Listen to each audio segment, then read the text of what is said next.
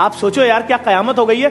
850 रुपए का 30 किलो आटा आता था 1 महीने पहले भाई, आज 5 किलो नहीं आ रहा, 860 रुपए का 5 किलो आटा है। अगर आपको पता है सिक्योरिटी गार्ड सड़कों में क्यों सो रहे हैं आजकल? ये एक नया ट्रेंड शुरू हुआ है, नोट किया आपने कि सिक्योरिटी गार्ड सड़कों पे सो रहे हैं? और क्यों? गौर नहीं किया? जब 12,000 रुपए तनख्वाह होगी, बस के अंदर आपका लग रहा है 80 रुपए एक स्टॉप का, 80 रुपए दूसरी बस का, 160 जाने का 160 आने का।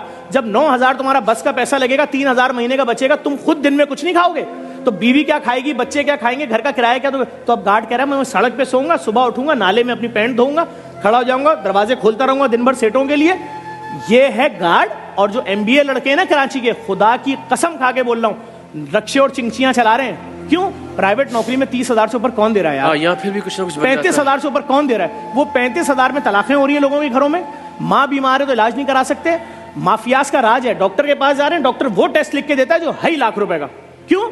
डॉक्टर भी उस माफिया का हिस्सा बन गया। सब डॉक्टर नहीं, लेकिन बहुत सारे डॉक्टर। वो टेस्ट लिखेगा तो उसको आधे पैसे वापस मिलेंगे ना।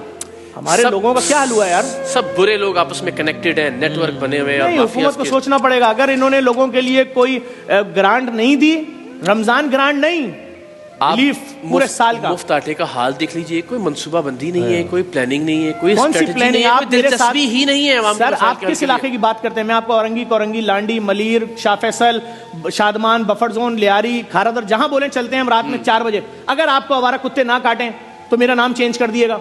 हमारे 3 साल की बेटी को आवारा कुत्ते काट के मार दें, हुक्मरान तो इधर आते ही नहीं पुल के इस तरफ। जो जुल्म देखें, सड़कें हमारे पास नहीं है, पानी हम गटर का पानी पीते हैं भाई, गटर का। और अगर जिंदा रहना है तो जो पानी खरीदोगे उसका 9,000 रुपए बिल बनता है, और वो भी हमें पता है वो कोई फिल्टर विल्टर नहीं होता, वो खाली हमें दिल को मुतमईन करने के लिए 2 नंबर पानी भर के दे रहा है। तो भाई लोगों को कोई सोच ही नहीं रहा है यार। आप सोचो 40,000 रुपए के अंदर 20,000 रुपए घर का बिल चला गया, रेंट 15,000 के इलेक्ट्रिक ले गई तुमसे, 5,000 में जिंदा कैसे रहेंगे?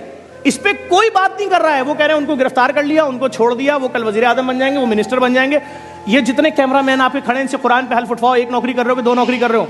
तुम्हारी बीवी अपनी सालगिरह पे गिफ्ट मांगती है, दे सकते हो? बोलेगा 5 साल से नहीं दिया।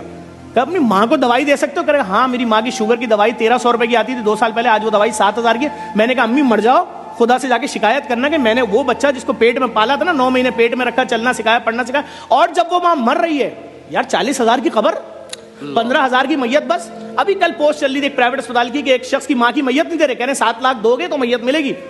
वो बच्चा क्या खुदकुशी नहीं करेगा कि जिस माँ ने मुझे पैदा किया था आज उसकी लाश सड़ रही है डब्बे के अंदर, मेरे पास 7 लाख रुपए नहीं है? 7 लाख रुपए बेरोजगार आदमी के लिए 7 अरब रुपए से बड़ी रकम है जी।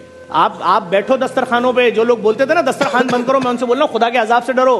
तुम्हारा पेट भरा हुआ है, तुम्हारे बच्चे खाना खा के सो रहे हैं। अभी 2 महीने की बेटी रोए और बीवी बोले तेरी बेटी भूख से रो रही है, मैं नहीं सह सकूंगा, मैं लटक जाऊंगा।